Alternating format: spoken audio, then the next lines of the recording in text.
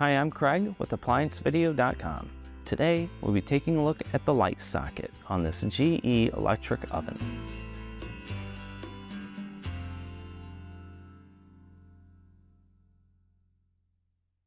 Stop. Before beginning any repair, always be sure to disconnect the power to the appliance. It is also recommended to test the outlet for the proper voltage. The main reasons why you would need to replace this socket is if the bulb will not light at all, or it may flicker. Now, click on the link below to view this repair video.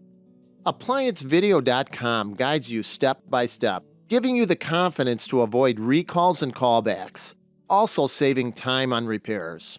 Whether you're up against an uncommon repair or the latest appliance on the market, our videos have been created with you in mind.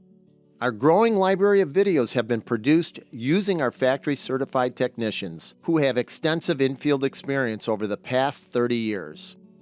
ApplianceVideo.com provides high-quality repair videos that anyone can follow, regardless of their skill level. We are here to help.